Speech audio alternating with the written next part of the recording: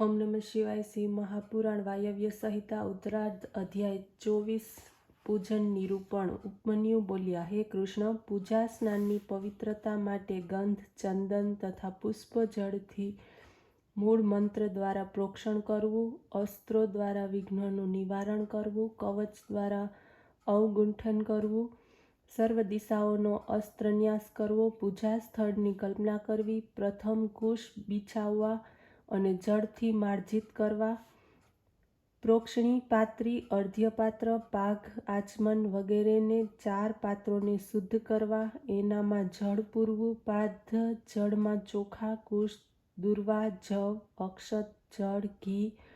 સરસવ પુષ્પ તથા ભસ્મ મેળવવી, સર્વમાં મંત્રન્યાસ કરીને કવચથી વેષ્ટિત કરવું, અસ્ત્ર દ્વારા રક્ષિત કરીને ઘેનુ મુદ્રા પ્રદર્શિત કરવી, ત્યાર પછી વિનાયક દેવ ગણેશની આગળ ભસ્મ, ભક્ષ્ય, ભોજન વગેરે પદાર્થોનું નિવેદન કરવું, પછી નંદીશ્વર તથા તેમની ધર્મપત્નીનું પૂજન કરવું, પછી પરમ શ્રેષ્ઠીના ભવનમાં પ્રવેશ કરીને અનેક પદાર્થ દ્વારા શિવલિંગની પૂજા કરવી, ત્યાંથી નિર્માલય લઈ લેવું, પછી પ્રક્ષાલિત પુષ્પોને શિવ મસ્તક ઉપર મૂકવા, ઉદ્ધર્વ ભાગમાં મનોહર કમલાસનની ભાવના કરવી, એના 8 દળ દ્વારા 8 પ્રકારની સિદ્ધિ આપનારા છે, વામાદિક શક્તિઓ બીજ છે, આ સર્વોનો ન્યાસ કરવો, આ પછી અનાદિ અનંત શિવજીનું પૂજન કરવું, પંચગવ્યથી સ્નાન કરાવવું, પછી પવિત્ર જળમાં આંબળાનું ચૂર્ણ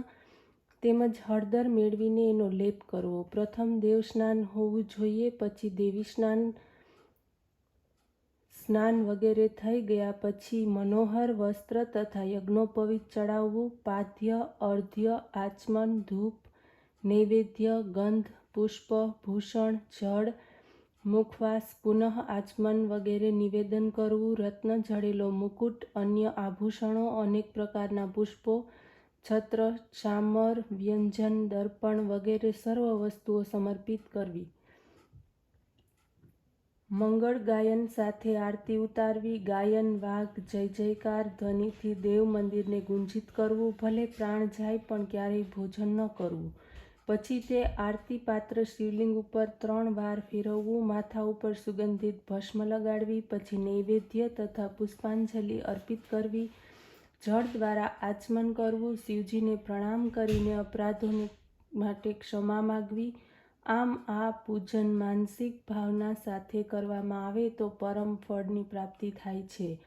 શિવ પૂજન પહેલાં ક્યારેય ભોજન ન કરવું, ભલે પ્રાણ ચાલ્યા જાય. ઓમ નમઃ શિવાય.